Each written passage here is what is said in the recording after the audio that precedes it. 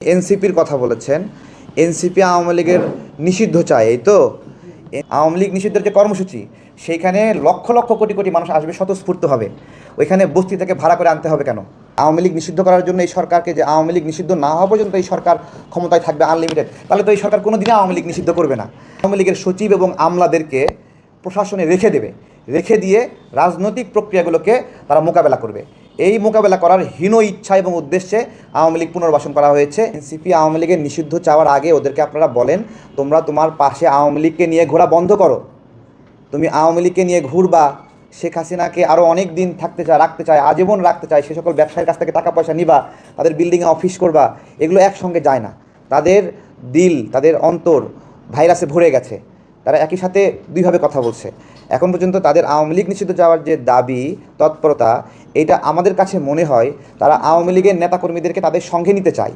আওয়ামী লীগ নিষিদ্ধ হলে এটা নিতে তাদের জন্য সহজ হবে, আমাদের কাছে এটা মনে হয়। এবং তারা এটা করছে। তাদের কেন্দ্রীয় কমিটিতে আওয়ামী লীগের লোক রয়েছে, জেলায় জেলায় আওয়ামী লীগের লোক আছে। এবং এই যে এনসিপির পক্ষ থেকে যে উপদেষ্টা আসিফ মাহমুদ, মাহফুজ আলম, তারাও তাদের এলাকায় আওয়ামী লীগকে সাথে করে নিয়ে শক্তি প্রদর্শন করছে, মিটিং মিছিল করছে।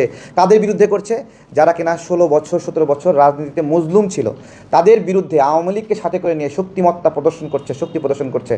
এইটা আওয়ামী লীগ নিষিদ্ধ চাওয়া আর আওয়ামী লীগকে সাথে করে নিয়ে চলা পাশাপাশি হওয়াতে এইটা তাদের কথাটা, এটা বিশ্বাসযোগ্য কথা না। পাশাপাশি আপনার হলো তারা যে ভাড়া করে লোক নিয়ে এসে আওয়ামী লীগ নিষিদ্ধের প্রোগ্রাম করছে, এইটাতে এই যে যারা আমরা আওয়ামী লীগ নিষিদ্ধ চাই, আমাদের মর্যাদা নষ্ট হয়। আওয়ামী লীগ নিষিদ্ধের যে কর্মসূচি, সেইখানে লক্ষ লক্ষ কোটি কোটি মানুষ আসবে স্বতঃস্ফূর্তভাবে। ওইখানে বস্তি থেকে ভাড়া করে আনতে হবে কেন? তাই না? সুতরাং তাদের যে আয়োজন, তাদের যে ডাক, এই জায়গায় মানুষ সাড়া দিচ্ছে না। মানুষ আওয়ামী লীগ চাচ্ছে, কিন্তু যারা আওয়ামী লীগের পুনর্বাসন, মানে মানুষ আওয়ামী লীগের নিষিদ্ধাজ্ঞা চাচ্ছে, কিন্তু যারা আওয়ামী লীগ পুনর্বাসন করে তাদের মুখ থেকে যখন আওয়ামী লীগ নিষিদ্ধের কথা আসে, তখন ব্যাটে বলে মেলে না। মানুষের বিশ্বাস এবং চোখে যা দেখে মিলতেছে না, যার ফলে তাদেরকে ভাড়া করে লোক নিয়ে আসতে হচ্ছে।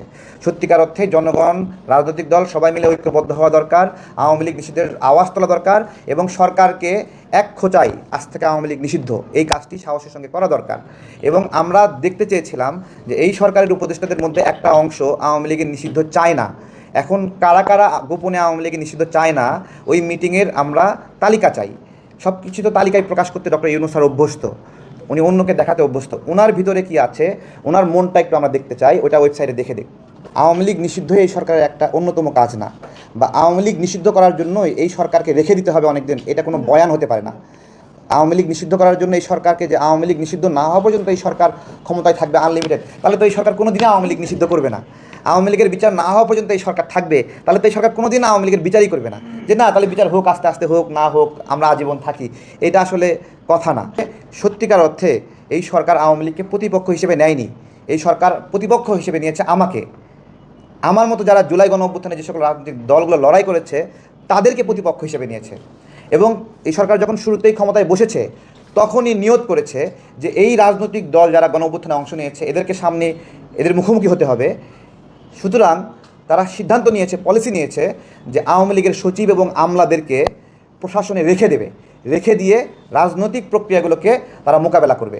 এই মোকাবেলা করার হীন ইচ্ছা এবং উদ্দেশ্যে আওয়ামী লীগ পুনর্বাসন করা হয়েছে। এই সরকার যখন প্রতিষ্ঠা পায় ঠিক সেই সময়ই প্রচুর পরিমাণে নিয়োগ বাণিজ্য চলেছে, বদলি বাণিজ্য চলেছে, এবং যেখানে যেখানে আপনার হলো দরকার তারা তাদের মতো করে সেট আপ রেডি করার জন্য আওয়ামী লীগের লোকগুলোকে বসিয়েছে। এবং আমরা এমনও অডিও শুনেছি যে বিএনপি করা অযোগ্যতা, জামাত করা অযোগ্যতা নির্দিষ্ট পদে আসার জন্য।